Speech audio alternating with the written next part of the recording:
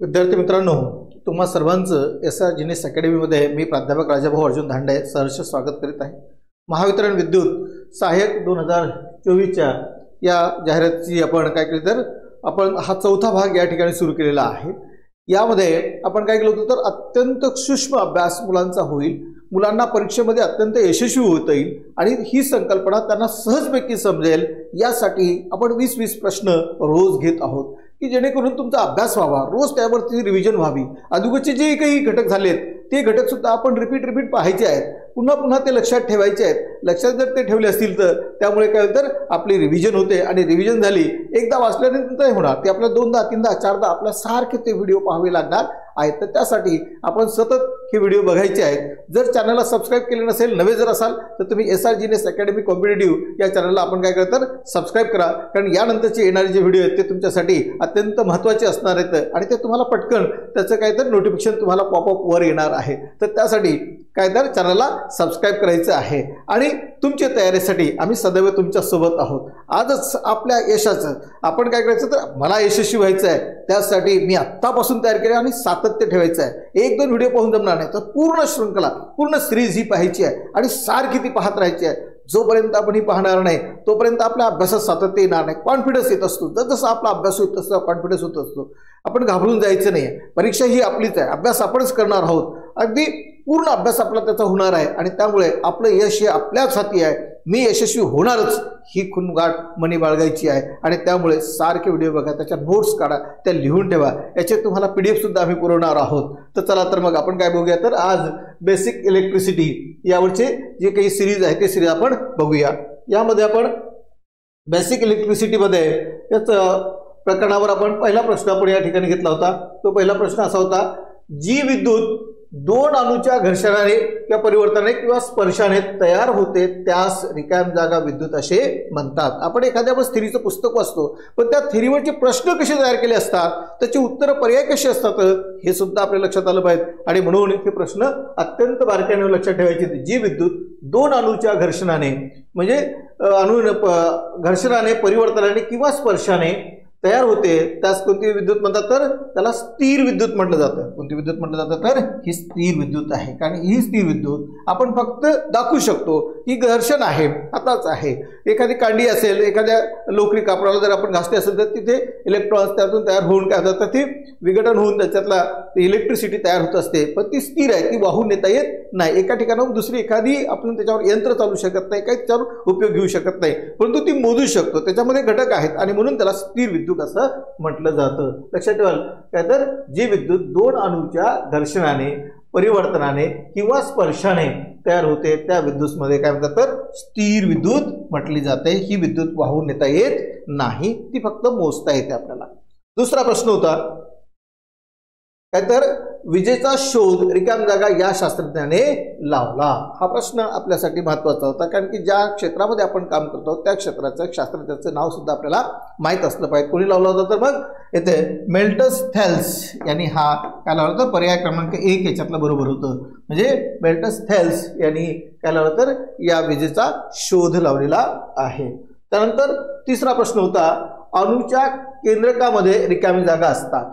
अणू असतो काय असेल तर आता पदार्थ मूलद्रव्य आहे, तर मूलद्रव्य जी घटत असतात किंवा त्या मूलद्रव्य काय म्हणतो कशाला म्हणतो आपण तर ज्यामध्ये म्हणजे अत्यंत बारीक जर कण जरी त्याचा जरी केला असेल तर त्याच्यात दुसरा घटक सापडत नाही, त्याला आपण मूलद्रव्य म्हणत असतो। आता समजा सोन्याचा कण घेत असेल, सोन्याचे कितीही बारीक कण जर केले तर त्याच्यात दुसरा घटक सापडत नाही आणि म्हणून त्याला मूलद्रव्य असं म्हटलं जातं।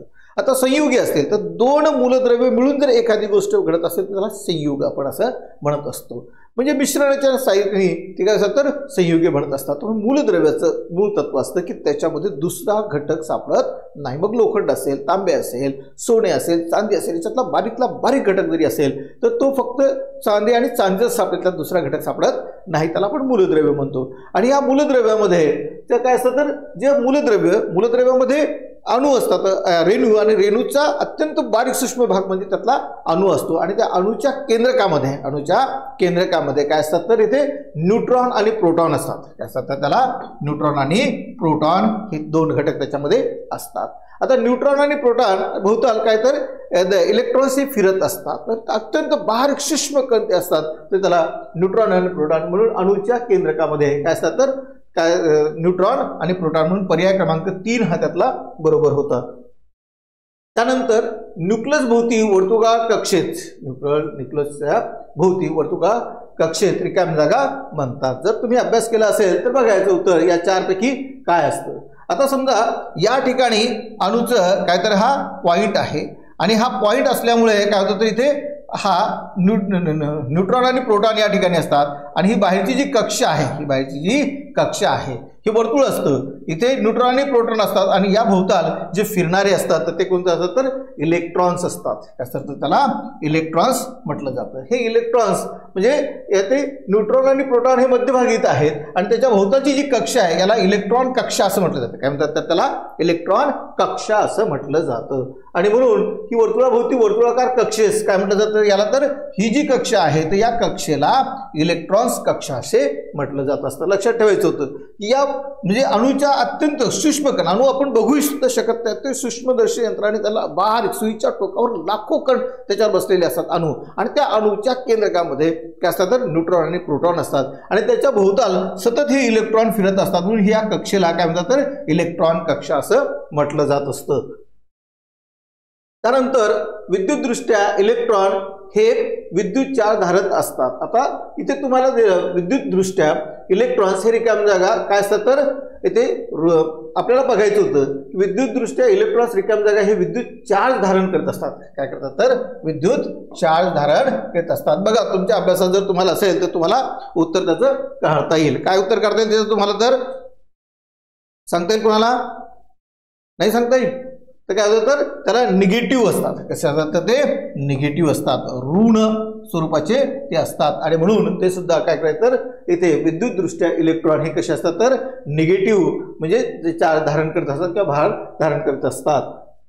त्याच्यानंतर 6वा प्रश्न होता, प्रोटॉन हे विद्युत चार्ज धारण करीत असतात. आता इथे आपण इलेक्ट्रॉन अगोदर बघितलं होतं. इलेक्ट्रॉन काय तर नेहमी करता इथे आता प्रोटॉन आणि न्यूट्रॉन आहे, ही एक कक्षा आहे, या भविष्यात नेहमी करता काय करतात तर इलेक्ट्रॉन हे फिरत असतात, आणि इलेक्ट्रॉन हे कशा असतात तर निगेटिव्ह स्वरूपाचे असतात. कशा असतात तर निगेटिव्ह, ऋण धारण करतात. तर या केंद्रकामध्ये जे न्यूट्रॉन आणि प्रोटॉन असतात तर या प्रोटॉनमध्ये आपण काय पाहिलं, नंतरचा प्रश्न आपण पाहणार आहे तो प्रोटॉनचा आहे.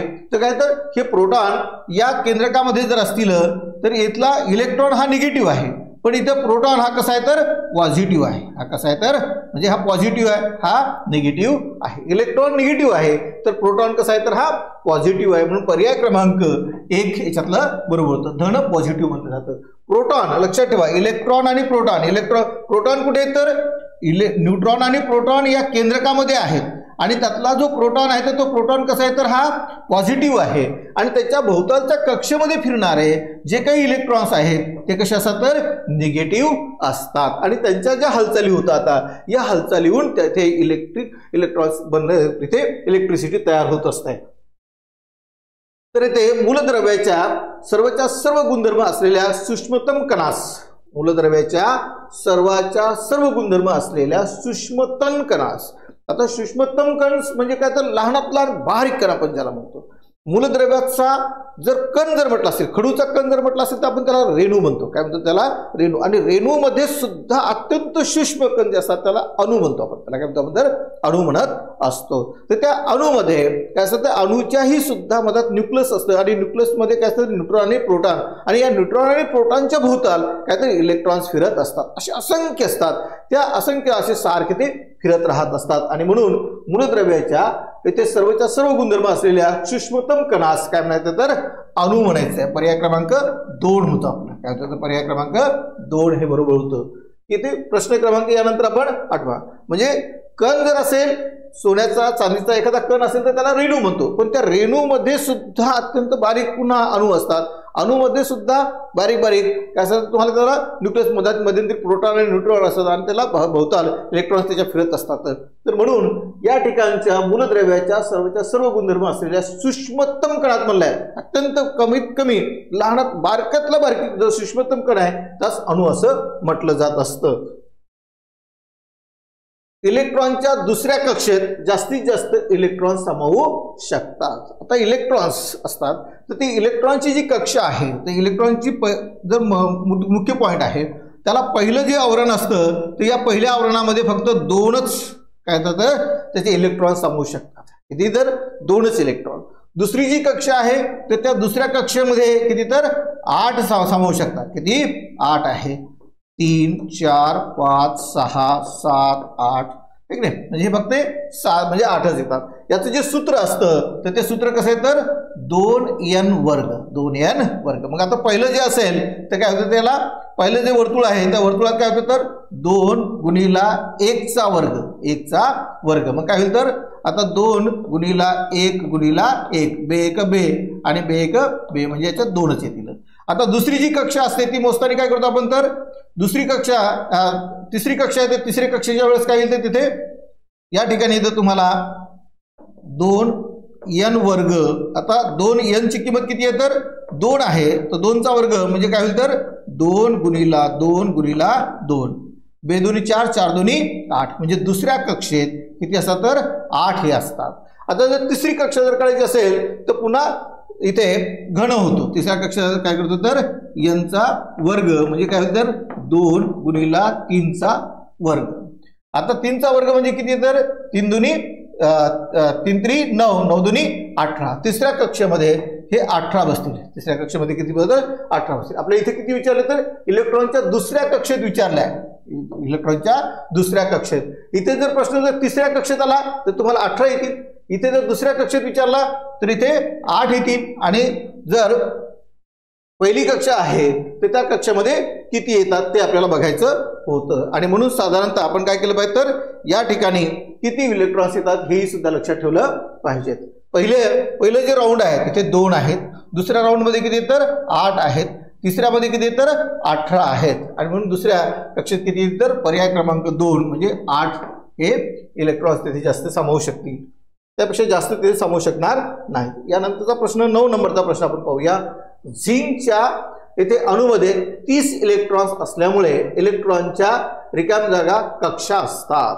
आता इलेक्ट्रॉन झिंकचा अणुक्रमांक किती आहे तर 30 आहे. आणि मग 30 इलेक्ट्रॉन जर त्यात जर असतील तर पहिल्या कक्षामध्ये किती आहे तर 2च सामावू शकतात. दुसऱ्या कक्षामध्ये 8च सामावू शकतात. म्हणजे इथे 2 आहेत इथे 8 आहेत. तिसऱ्या कक्षेमध्ये किती सामावू शकतात तर 18 सामावू शकतात. याच्यापेक्षा तो भार उचलू शकत नाही. त्याचं सूत्र तसं आहे. आणि जी चौथी कक्षा आहे राहिलेले मग चौथ्या कक्षेमध्ये असतात. आता पहिल्या कक्षेमध्ये 2 दुसऱ्या कक्षेमध्ये 8 तिसऱ्या कक्षेमध्ये 18 ते किती झाले 8 आणि 2 10 आणि 8 18 आणि 18 म्हणजे 18 आणि 10 28 आणि 30 मधून जर 28 आपण जर वजा केले तर किती राहतील 30 मधून 28 वजा केल्यानंतर आपल्याला 2 शिल्लक राहतील. आणि म्हणून किती असतील तर त्याच्या 4 कक्षा आहेत त्या 4 कक्षेमध्ये 2 राहतील. म्हणजे झिंक जो अणू आहे त्याचे जे इलेक्ट्रॉन्स आहेत ते इलेक्ट्रॉन्स पहिल्या कक्षेमध्ये किती असतील 2 दुसऱ्या कक्षेमध्ये 18 दुसऱ्या कक्षेमध्ये 8 तिसऱ्या कक्षेमध्ये 18 आणि चौथ्या कक्षेमध्ये 2 राहणार. आणि म्हणून या ठिकाणी किती कक्षा असतील तर 4 कक्षा असतील. किती कक्षा असतील 4 कक्षा असतील. म्हणून पर्याय क्रमांक हे 2 याच्यातलं बरोबर होतं. किती होतं पर्याय क्रमांक 2 हे याच्यातलं बरोबर होतं. आता इथे तुम्हाला जर विचारलं असेल झिंक अणूमध्ये 30 इलेक्ट्रॉन असल्यामुळे इलेक्ट्रॉनच्या इथे दुसऱ्या कक्षेत किती राहतील दुसऱ्या कक्षेत किती राहतील मग 8 येतील. तिसऱ्या कक्षेत किती येतील विचारलं तर 18 येतील. आणि चौथ्या कक्षेत किती अणू असतील तर 12 म्हणजे 2 येतील. प्रश्न जरी विचारला तरी आपल्याला संकल्पना लक्षात यायला पाहिजे. एकदा संकल्पना आपल्या लक्षात आली की प्रश्न कसाही विचारला ते आपल्या लक्षात राहिलं पाहिजे. थोडंसं बारकाईने लक्षात ठेवायचं होतं.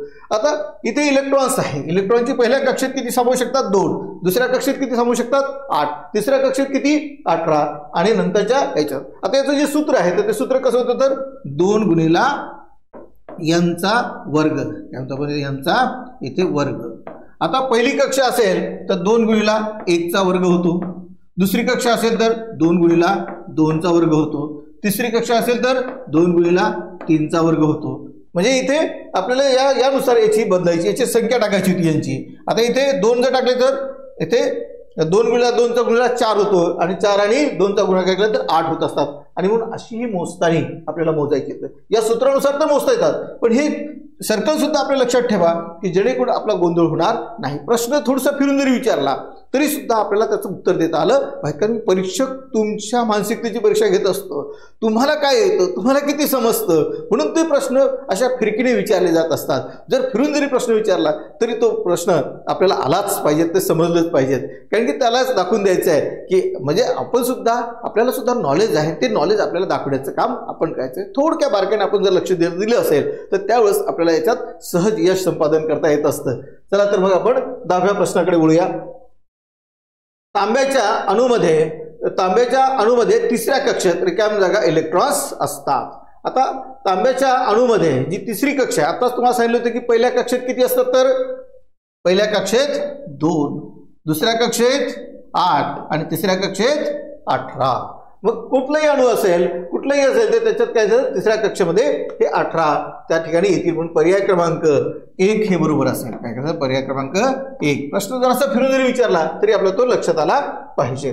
त्यानंतरचा प्रश्न 11वा प्रश्न, अणूच्या केंद्रकाभोवतालच्या कक्षेतील इलेक्ट्रॉन्स रिकाम्या जागा या सूत्राने सांगतात। मी आताच तुम्हाला सांगितलं होतं की जे सूत्र वापरलं जातं म्हणजे अणूच्या केंद्राभोवतालच्या कक्षेतील इलेक्ट्रॉन्स रिकाम्या जागा या सूत्राने मोजतात। आपण आता डायग्राम करून पाहिली होती, तर जी डायग्राम आपण अशी काढली, पहिलं 2 आहेत, दुसऱ्या ह्याच्यात 8 आहेत, तिसऱ्या ह्याच्यात 18 आहेत, म्हणजे इथे 2 आहेत, इथे 8 आहेत, इथे 18 आहेत आणि ह्या कक्षा अशा वाढत जातात। एकूण अशा 7 कक्षा जास्तीत जास्त किती असतात, तर 7 कक्षा ह्या जास्तीत जास्त असतात। शेवटच्या कक्षेला आपण फ्री न्यूक्लियस म्हणतो किंवा न्यूट्रॉन्स म्हणत असतो किंवा कक्षा म्हणत असतो, तर ते फ्री कक्षा त्यामध्ये शेवटची असते। तर एकूण अशा 7 कक्षा फक्त असतील।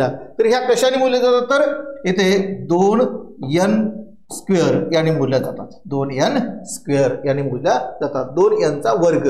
त्यालाच आपण लिहिताना काय करतो, तर 2 गुणिला n चा वर्ग, 2 गुणिला n चा वर्ग, म्हणून पर्याय क्रमांक 1 हे यातलं बरोबर होतं। नंतर 12वा प्रश्न होता, मूलद्रव्य रिकाम्या जागा व रिकाम्या जागा या 2 प्रकारची आहेत। मूलद्रव्य रिकाम्या जागा व रिकाम्या जागा या 2 प्रकारची आहेत। हे सुद्धा आपल्याला लक्षात असलं पाहिजे की मूलद्रव्य कशी असली पाहिजे, है की नाही। हे धन आहेत किंवा ऋण आहेत, है की नाही, मूलद्रव्य धन आहेत किंवा ऋण आहेत, धातू आहेत की अधातू आहेत, द्रव्य किंवा वायू आहेत व धन व वायू आहेत। तर याच्यातलं काय, तर मूलद्रव्य हे धातू व अधातू असतात, धातू व अधातू। आता मूलद्रव्य जर धातुरूप असतील तर त्यातून काय होतं, तर आपल्याला इलेक्ट्रॉन्स विद्युत तयार होत असते आणि अधातूपासून इलेक्ट्रॉन निर्माण होत नाही आणि म्हणून पर्याय क्रमांक 2 हे त्यातलं बरोबर होतं। मूलद्रव्य कशा असतील, तर धातू व अधातू या 2 प्रकारची असतात। ज्या धातू रूपात असतात तर त्याला काय, तर इथे एक रेष राहिली द्यायची, सुद्धा ठीक आहे, रेष राहणार, ते धातू म्हणजे धातू व अधातू आहे। धातू रूपाचे असतील तर त्यातून आपल्याला इलेक्ट्रॉन्स निर्मिती करता येते, अधातूपासून इलेक्ट्रॉन्स निर्मिती करता येत नाही। त्यानंतर डीसी विद्युत रिकाम्या जागांसाठी वापरली जाते। डीसी म्हणजे डायरेक्ट जी विद्युत काय करतो आपण, जिचा प्रवाह व दिशा, वेग व दिशा जी बदलत नाही तिला आपण डीसी करंट म्हणत असतो किंवा डायरेक्ट करंट आपण त्याला म्हणत असतो। तर ती विद्युत फक्त कशासाठी वापरली जाते, तर बॅटरीसाठी वापरली जाते, ठीक आहे। तर त्यासाठी ट्रान्सफरसाठी आपण काय, तर एसी करंट आपण वापरत असतो, इथे डीसी करंट आहे तर तो तिथे वापरला जात नाही, म्हणून पर्याय क्रमांक 2 हा त्यातला बरोबर असेल। त्यानंतर इलेक्ट्रॉन्स वाहनासाठी ज्या दाबाची आवश्यकता असते त्या दाबास रिकाम्या जागा म्हणतात। इलेक्ट्रॉन्स वाहण्यासाठी ज्या दाबाची अवस्था, इलेक्ट्रॉन्स आपली जागा बदलतात, पटकन जागा बदलत असतात ती, तर ती जागा बदलण्यासाठी त्याला काय असतं, थोडंसं प्रेशर, त्याला दाब द्यावा लागतो। तर त्याला जी दाब दिले जातात त्या दाबाला काय म्हणतात, इलेक्ट्रोमोटिव्ह फोर्स. इलेक्ट्रोमोटिव्ह फोर्स 1 नंबरचा पर्याय होता त्याला. इलेक्ट्रोमोटिव्ह फोर्स त्याला जर दिला असेल तर इलेक्ट्रॉन्स हे थोडेसे काय होतात तर बाजूला जातात, त्याची जागा बदलतात आणि जागा बदलली की त्यातून इलेक्ट्रॉन वाहण्याची शक्यता, वाहनाची सुरुवात तिथून होत असते. म्हणून इलेक्ट्रॉन वाहनाची ज्या दाबाची आवश्यकता असते त्या दाबाला काय म्हणतात तर इलेक्ट्रोमोटिव्ह फोर्स. इलेक्ट्रोमोटिव्ह फोर्स म्हणजे पर्याय क्रमांक 1 हे यातलं बरोबर होतं. नंतर येलोबाईटची इथे कांडी इथे एनोबाईटची कांडी इथे लोकरीच्या कापडावर घासल्यास रिकामी जागा वीज तयार होते. आता एनोबाईटची कांडी आहे ती लोकरीच्या कापडावर जर घासल्यास ती काय होतं, रिकामी जागा विद्युत तयार होत असते. तर ती विद्युत कोणती आहे तर स्थिर विद्युत तयार होते. काय होते तर स्थिर विद्युत तयार होत असते. त्याला काय होतं तर ती विद्युत काय तर फक्त आपल्याला फक्त मोजता येते, ती वाहता येत नाही. तुम्हाला अगोदर सांगितलं की पहिल्याच प्रश्नामध्ये की जी स्थिर विद्युत असते ती स्थिर विद्युत आपल्याला काय करता येतं तर फक्त परिणाम, त्याचे जे इलेक्ट्रॉनचे जे घटन होतं तर त्यातून जे काही स्थितांतर होत असतात तर त्यातून ऊर्जा निर्मिती होत आहे हे आपल्याला लक्षात येतं. आणि म्हणून तेथे इलेक्ट्रॉन तयार होतात एवढं फक्त पाहतो. आणि म्हणून तशा विद्युतला फक्त स्थिर विद्युत म्हणतात. या विद्युतपासून कुठलंही उपकरण काही चालवता येत नाही, त्याला वाहून सुद्धा नेता येत नाही. ही गोष्ट पुन्हा लक्षात ठेवा. नंतर 1 कुलाब चार्ज काय असेल तर 1 कुलाब चार्ज बरोबर रिकामी जागा इलेक्ट्रॉन्स असतात. सांगा या पर्यायाचं उत्तर जर तुम्हाला माहित जर असेल तर तुम्हाला सांगता येईल. पहा कोणता पर्याय आहे तर तुम्ही तुमच्यापैकी सांगता येईल. बघा आपण हे सर्व शिकलेलो आहोत एक नाही, या शिकलेल्या असल्यामुळे साहजिकच आहे की आपल्याला याचे सर्व काय असतं तर याची माहिती सुद्धा आपल्याला असली पाहिजे. काय केलं तर जे काही विद्युत आहे, विद्युत भार असतो तो विद्युत भार कशाने मोजला जातो, तिथे अणूमधील इलेक्ट्रॉन्स कमी किंवा जास्त होणे आणि इलेक्ट्रिकल चार्ज विद्युत भार याला म्हणतात. का त्यालाच कमी जास्त होत असेल तर त्याला आपण काय म्हणतो तर इलेक्ट्रिक चार्ज असं म्हणत असतो. आणि हा इलेक्ट्रिक चार्ज कशाने दाखवत असतो आपण तर क्यू या अक्षराने दाखवतो. कोणत्या अक्षराने दाखवतो तर क्यू या अक्षराने दाखवत असतो.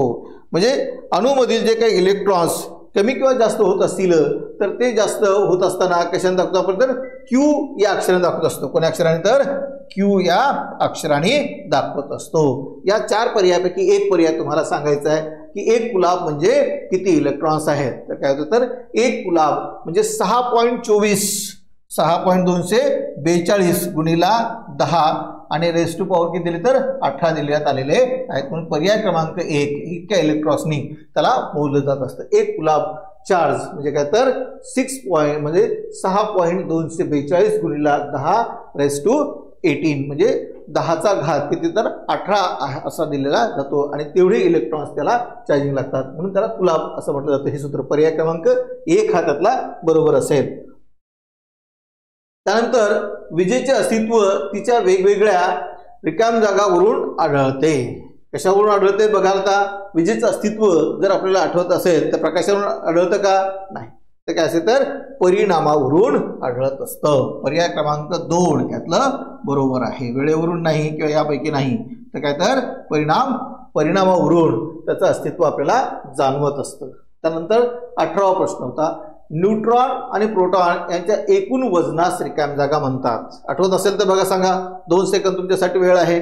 त्या 2 सेकंदात तुम्हाला ते सांगायचं आहे. सांगता येईल. न्यूट्रॉन आणि प्रोटॉन यांच्या वजनास काय म्हणतात तर बघा सांगा.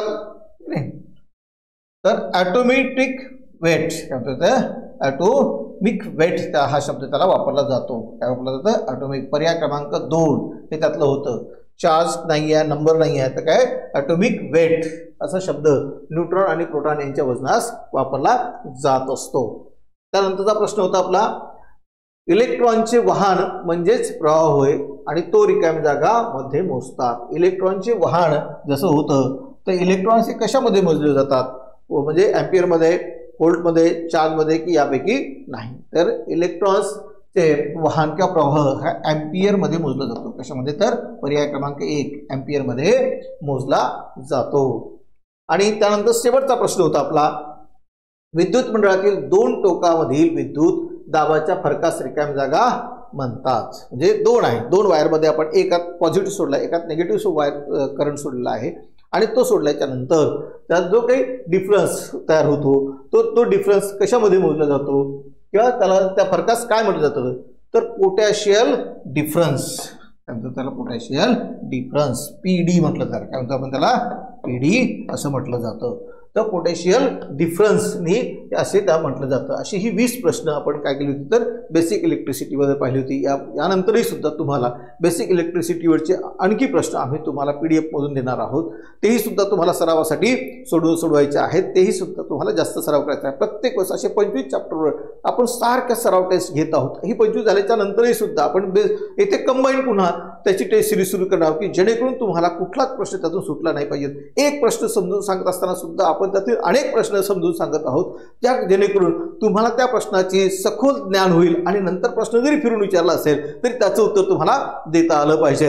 तर चला तर मग काय करा तर SR GNS अकॅडमी या YouTube चॅनलला जर सबस्क्राईब केलं असेल तर आता सबस्क्राईब करा आणि यानंतरच्या संपूर्ण व्हिडिओ आपण सारखे बघत राहायचे आहेत. आपण तुमच्या संपूर्ण अंकगणित आहे, बुद्धिमत्ता चाचणी आहे, मराठी आहे किंवा जे काही थेअरी आहे या थेअरीच्या संपूर्ण व्हिडिओ शृंखला चालू करणार आहोत, चालूच आहे. आणि ती आपल्याला पाहायची मिळण्यासाठी किंवा ती आपल्याला लवकर मिळावं, त्याचं नोटिफिकेशन आपल्याला लवकर मिळावं म्हणून आपण या चॅनलला काय तर नोटिफिकेशन सुद्धा टाकायचं आहे. आणि याला काय तर लाईक सुद्धा करा की कारण तुमच्या या लाईकमुळे आम्हाला एक ऊर्जा मिळत असते आणि तुमच्या लाईकमुळे आम्हाला, तुमच्या कमेंटमुळे सुद्धा आम्हाला काय होतं तर एक ऊर्जा मिळत असते आणि म्हणून त्याला काही चार्ज लागत नाही, अगदी फ्री ऑफ आहे. प्रत्येक जो व्हिडिओ तुम्ही पाहिला असेल तर त्याला काय करायचं एक लाईक चांगला करून चला तर मग आता या नंतरच्या तासिकेमध्ये आपण भेटूया.